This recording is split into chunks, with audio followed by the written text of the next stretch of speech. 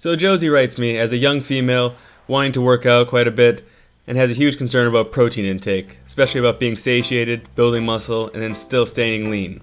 She wants to transition to a plant-based lifestyle, but is concerned about staying lean and is concerned about eating too many carbs. That's a great question, Josie, and essentially it seems like your question is pivoting around protein and protein intake and making sure you get enough protein intake so you can keep building and still hit your goal of leaning out. Well, I'm going to do what I normally do for anyone who asks me a question about protein or switching to a vegan diet and concerned about protein. I ask these 3 questions. I hope it's not too remedial for those of you who are experienced vegans, but for those of you who are asked this question about protein and want to be able to respond intelligently, these are 3 questions that you ought to throw back at anyone asking you, where do you get your protein? Do you get enough protein? Anything protein related in a vegan, ask these 3 questions of the person asking that question. What is protein? How much protein do we need? And how much protein would I get if I just ate fruits and vegetables? So the first question, what is protein? Protein is essentially made up of amino acids. Those are the tiny building blocks that make up protein. We take in protein through our mouth, break it down in our system into its amino acids. If we don't get to break it down all the way to its constituent amino acids, then it's really not usable protein. We don't want floating polypeptide chains. You may have heard that term. Polypeptide is just a fancy term for not fully broken down protein, undigested protein. We want amino acids. And so those protein comes in, turns into amino acids, and then those amino acids serve as building blocks. Protein serves as building blocks for all the structures of our body, more or less. And so protein is for building. That seems relevant when you're trying to build body mass, when you're trying to build muscle. But let's take it into context. Inherently, we know mother's milk provides all the protein we need to grow. For the human species to grow, the mother's milk provides the protein needed. And that's the fastest time of growth. That's the fastest time of building, is when we're babies. And so looking at the total calorie intake, we'll see that mother's milk provides only 6% of the total calorie intake coming from protein. When we're eating as adults 2,000 calories, that should mean 6% should totally cover our protein needs. If we're eating 3,000 calories, 6% still totally covers. It's percent of calories. And so putting that perspective, it's an interesting question of how much protein do I need when I'm not growing that fast? But we'll come back to it at a later point in this video as well. On to the second question. Second question is, how much protein do we need?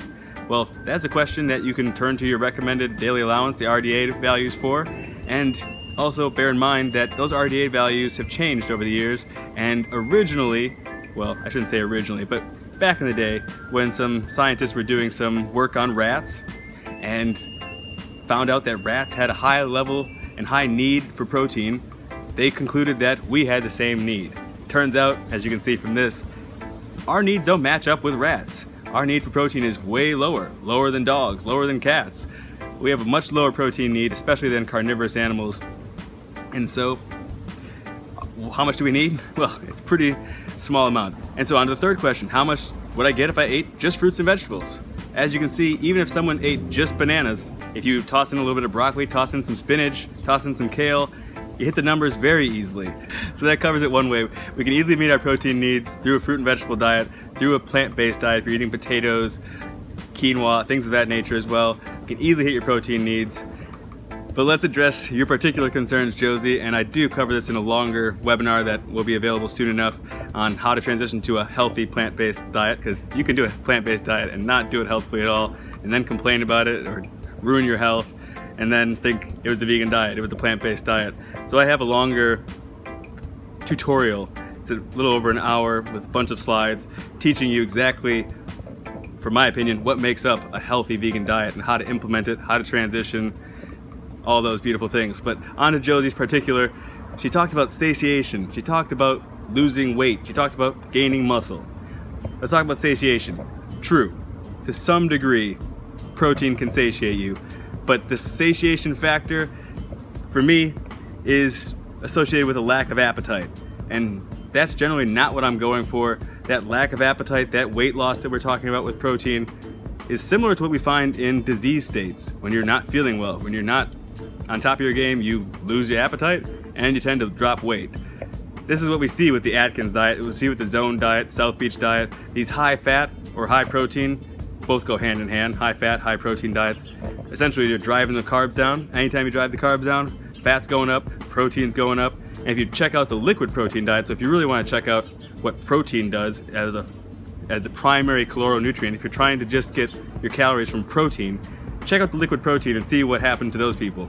It's come in and out of vogue, oddly enough. I guess people just forget that people die from certain things, or that Atkins diet doesn't work. So things come back into vogue every 20 years or so. But check out the liquid protein diet, and it didn't work out too well. So protein may give us a better satiation, but as I showed out in the previous video, you can eat carbohydrates, a high carbohydrate diet where I'm eating 90% of my calories from carbohydrates, and I can do 1 meal a day for 30 days. That's no big deal. Skipping 23 hours in between each meal, 22 hours in between meals, I'd say that's a pretty good satiation factor, considering I'm still running, 6-mile jaunts, playing with the kids, working, not taking a break from anything. I feel fairly satiated. So satiation's a tricky thing, but it can be done entirely so when you're eating a high carbohydrate diet, and I tend to think that actually does it far greater. As you saw with eating that watermelon, you hit your stretch receptors in the stomach because you have more than enough water and fiber to actually hit that volume. You also have the carbohydrate, because in order to truly feel satiated, you need a little bit of that glucose level rising, a little bit of blood glucose going up. So you have the volume, the stretch receptors, you have the glucose markers going up, and you also hit the vitamins and mineral markers from eating a healthy plant-based diet like this. You actually get those nutrients that you need to feel truly satiated. So getting enough calories is the fourth one. Enough calories, enough sugar, enough nutrients, and enough size. Those are the 4 factors that really tie into satiation, and they're far easier to do. I've found eating all the fruit you want or all the starches you want, that tends to be more satiating than nibbling on your cashews. And again, it will put away appetite, but not to me in the same way that it can be healthfully done through fruits and vegetables, through starches. On to muscle. Muscle growing is pretty easy to do, and really it's not, I shouldn't say easy, it does take effort. Look at me, I'm not some big guy, so I definitely know muscle building takes effort, but it's not effort that's done in the kitchen. I do enough of eating and I'm still not just gaining muscles. Bodybuilders aren't built in the kitchen, bodybuilders are built in the gym. You put on muscle through putting muscle under tension, putting it under load. If you're trying to gain weight through food, you're gonna likely gain fat. That's not what we're talking about. If we're trying to put on weight, I'm assuming Josie's talking about putting on muscle. And so to put on muscle, you're gonna wanna work out. You put your muscles under tension, you put them under load, they get the signals that they need to grow, and you provide all the nutrients they need to grow. Simultaneously, ideally, you don't give your body anything it doesn't need, because it has to deal with getting rid of it, it has to deal with that toxicity. So the ideal thing is provide all the things your muscle need with providing a least amount that they don't need. And just go ahead and ask any of these vegan athletes how to do it. Clearly, you can get enough protein on a vegan diet. Clearly, it's a non-issue building muscle on a vegan diet. It just needs to be known how to do it. You just have to know how to eat a healthy diet. And now to summarize and answer Josie's final question of how do you transition to a plant-based diet without going back to meat, as she was saying she did, and without binging on carbs, well, I don't really have a solution here for you, Josie, because I'm gonna suggest we eat more carbs. You wanna go to a healthy plant-based diet, eat more carbohydrates, bring the fat down low, keep the protein at where it's at, and just make sure you're getting enough carbohydrates in to fuel your workouts, getting enough rest so you can recover from your workouts, and if you're eating enough plant-based material, you're gonna grow. Getting enough rest, you're gonna grow those muscles, as all those other vegan athletes show. As far as the carbohydrates, the type of carbohydrates, you got the simple carbohydrates found in the fruit, and you got the complex carbohydrates found in the starches, your tubers, things of that nature. Go for the fruit. It's easiest to digest, full of vitamins and minerals. Best way to start your day with fruits, have midday fruit. And if you go to starches, do it in the evening, do it later in the day, especially just do it after the fruit. And if you fall off the fruit, go to the starches. The starches aren't that bad. You could find a ton of these athletes are thriving on starches. A ton of vegans are thriving on a plant-based diet that is revolving around starches. Long-lived cultures can eat starches and do quite well. So there's nothing wrong, in my view of the world, in eating some starches, especially if we're comparing it to going back to eating meat, going back to eating dairy. There are so many negative side effects of eating those things, not only just to our own body, but to the animals, to the environment, to the other humans as well that we share the planet with. I see no benefit in eating meat. I see no necessity in eating meat. Therefore, I'm thriving on a plant-based diet. And Josie, I encourage you to try eating more carbohydrates, turning that fear of carbohydrates off in your mind. We've been unfortunately conditioned to somehow fear the thing we know we need. Our brains run on pure glucose. We always have blood sugar at all times. So avoiding carbohydrates, I don't understand why you'd want to. It's the fuel source of the human body.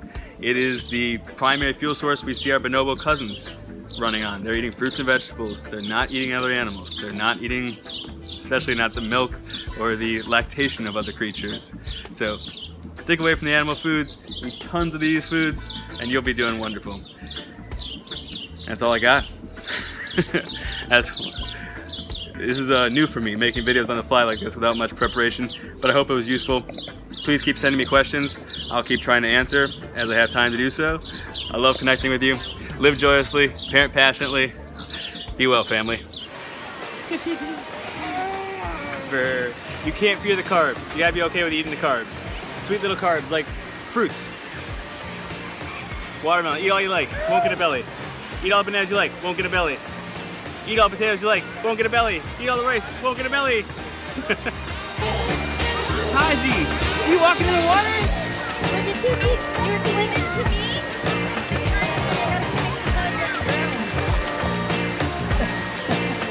Yeah, Tutu.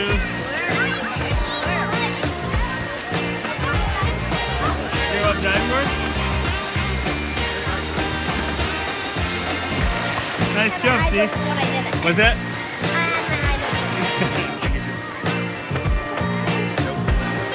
Was that a watermelon dance?